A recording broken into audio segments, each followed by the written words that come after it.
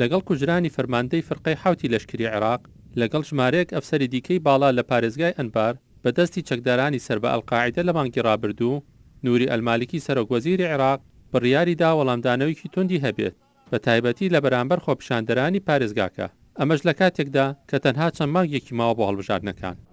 وفي الوقت الذي كانت فاجعة أن يستشهد قائد فرقة ومعه ثلة من إخوانه وهم يخوضونها حربا ضد القاعدة نسمع عن احتفالات يقوم بها بعض من يدعون أنهم سياسيين. لەو دەمەی ئەم کارەساتە ڕوویدا کە فەرماندەی فەرقەیەک شەهید بکرێت لەگەڵ کۆمەڵێک لە هاوڵەکانی لە شەڕی دژی ئەلقاعیدا دەبیستین هەندێک لەوانەی خۆیان بە کەسانی سیاسی ناودێر دەکەن بە هاوبەشی پرۆسەی سیاسی خۆیان دادەنێن بۆ بۆنەیەوە ئاهەنگ دەجێڕن وەک ئەوەی ئەو شەهیدانە عراقی نەبن و شەڕیان لە دژی قاعیدە و تێرۆر نەکرد بێ.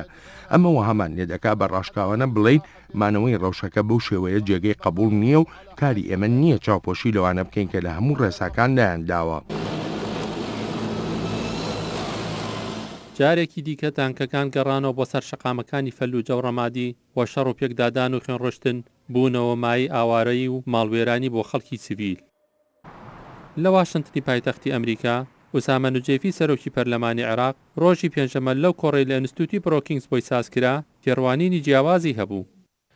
هذه المحافظات طالبت بحقوق مشروعة وظهرت مظاهرات ضخمة على مدى أكثر من سنة وكانت شعاراتها سلمية وتطالب بالعدالة والمساواة لە ئەنبار و پارێزگاسوونەکانی تری عێراق بە درێژایی زیاتر لە ساڵێک بە دروشمی ئاشتیخوازانە خۆپیشاندان و ناڕەزایی گەورە سازکران تاوەکو داواکاریەکانیان جێبەجێ بکرێن.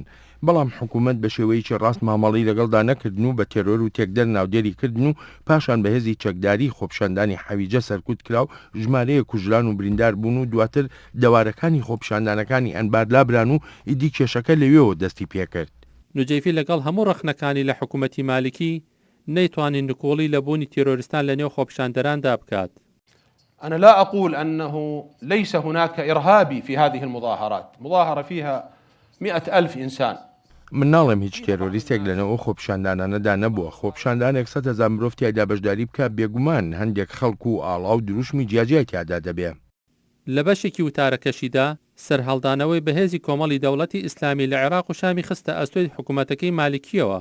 وتعرفون بال 2007 عندما أرسلت الولايات المتحدة قوات إضافية وأوقفت العنف الطائفي الذي حصل في البلد ووضعت خطة لقتال القاعدة والمجاميع الإرهابية من خلال دعم العشائر السنية في منطقة الأنبار خصوصا. وەک دەزانن کاتی خۆی لە ساڵی 2007 ئەمریکا هێزی زیاتری بۆ عێراق ڕەوانە کرد و توندوتیژی تایفی ناوڵاتەکەی ڕاگرت. پاشان نەخشەیەک بۆ شەڕی ئەلقاعیدە و کۆمەڵە تێرۆریستەکان دانرا لە ڕێگەی پشتگیرکردنی خێڵە سونیەکان و بەتایبەتی لە ناوچەی ئەنبار. بۆیە پرچەکران و کۆمەکی دارایی کران بەڵێنی زۆریشان پێدرا کە بکرێنە بەشێک لە هێزە چەکدارەکانی وڵاتەکە. ئەو خێڵ و عەشرەتانە توانیان بەسەر ئەلقاعیدەدا سەر بکەون و ئاسایشی تەواو لە ناوچەکانیان بەرقەرار بکەن و بەتایبەتی لە ناوچەی ئەنبار کە لە 180 ڕوبەری عێراق پێک دەهێنێ. بەڵام حکوومەت لە بەڵێنەکانی خۆی پاشگەز بووەوە ئەو هێزانەی نەکرد بە بەشێک لە هێزی دەوڵەت و موچەکانی کەمکردنەوە بە شێوەیە کە بەشی ژیانی ڕۆژانەی نەدەکردن و وردەکەوتە دەرکردنیان تەنانەت ژمارەیەکی زۆریشی لێدەگیرکردن. بۆیە ئەوە تا جارێکی دیکە ئەلقاعیدە گەڕاوەتەوە و بەهێزتریش لە جاران. پاشان جەختی لەوە کرد کە دەبێت ڕابردوو لەبیر بکرێت و پەڕێکی نوێ هەڵبدرێتەوە هەروەک چۆن لە ساڵی 1991 لە هەرێمی کوردستان لێبوردنی گشتی بۆ کەسانی سەر بە ڕژێم دەرچوو. في إقليم كردستان حال استلامهم السلطة أصدروا قانونا للعفو الكامل عن كل من ارتكب جريمة ضد الشعب الكردي. کاتی خۆی لە هەرێمی کوردستانی عێراق هەر لەگەڵ وەرگرتنی دەسەڵات لێبوردنی گشتیان بۆ هەموو ئەو کەسانە دەرکرد کە تاوانیان دژی گەلی کورد کردبوو هاوکاری ڕژێمی پێشویان کردبوو تەنانەت تیاندا هەیە تاوانی زۆریشی کردبوو. بەڵام ئیدی کەسیان سزا نەدا و هەرێمی کوردستان ئارامی بەخۆیەوە بینی و هەموو ئەو کەسانەش بەشداریان لە پرۆسەی سیاسی کرد و هەرێمی کوردستان ئێستا بۆتە نمونە بۆ ئارامی و وەبەرهێنانی سەرکەوتوانە و سیاسەتی حەکیمانە. بەڵام عێراق هەر بەردەوام بوو لە لێپێچینەوە و جێبەجێکردنی یاسەی ئەلموساءلە وەلعەدالە بەدەستی سیاسیەکانەوە نەک لەلایەن دادوەران یان کەسانی بێلایەنەوە. سەرۆکی پەرلەمانی عێراق ئەو هەلەشی لەدەست نەدا کە لە ئینستیتیوتی بروکینگزی ئەمریکایە تاوەکو ڕەخنە لە دەستوری وڵاتەکەی بگرێت. الدستور كتب في ظروف صعبة وفي مرحلة دقيقة جدا وبأيدي سياسيين قد عانوا كثير من المشاكل في الماضي. دەستورەکە لە بارودۆخێکی سەخت و قۆناغێکی زۆر هەستیاردا بە دەستی کەسانێکی سیاسی نووسرا کە لە ڕابردوودا زۆریان بەدەست کێشەوە ناڵاندە بوو، چ بە زیندانیکردن یان حکمی لە سێدارەدانیان بۆ بڕیاردرا بوو یاخود دەربەدەر بوون. بۆیە ئەو کەسانە بارێکی دەرونی تایبەتیان هەبوو کە پڕ لە مەترسی بووە.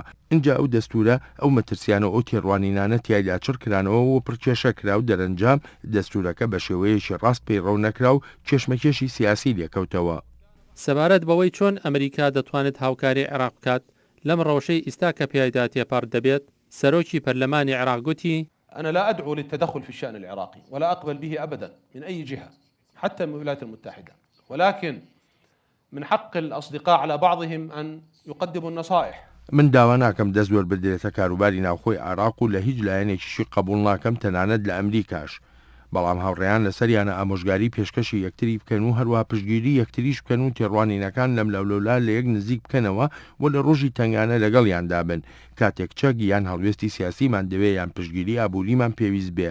هەروە ئەمریکاش لە عێراقی دەوێت وڵاتێکی سەقامگیر و ئارام بێ لە مەسەلەی وزە و ڕەوشی سیاسی هەرێمەکەدا. ئوسامە نوجەیفی لە کۆتایی وتارەکەیدا سەنگی خستە سەر ئەو دۆخەمە ترسیدارەی عێراق تیایدایە. أؤكد أن العراق على مفترق طريق إما إلى النجاح وإعطاء النظام الديمقراطي النموذج المتكامل والناجح في منطقة مضطربة، وإما إلى لا سمح الله أن نذهب إلى سيناريو شبيه بالسيناريو السوري. جەخت دەکەمەوە کە عێراق لەسەر دوڕیانێکە، یان ئەوە تا دەڕوا بەرەو سەرکەوتن و پێشکەشکردنی سیستمێکی دیموکراسی نمونەیی تەواو و سەرکەوتوو لە ناوچەیەکی پڕکێشە، و یان ئەوە تا خوانەکە بەرەو سیناریۆیەک وەک ئەوەی سووریا، و ئەمەش پێشبینی دەکرێت ببێ ئەگەر بێت و ئەو کێشانەی وا لەم لەولا بڵاو دەبنەوە چارەسەر نەکرێن. بەڵام لێرەدا پرسیارەوەیە کەی عێراق بەو دوڕیانەدا تێپەڕ دەبێت.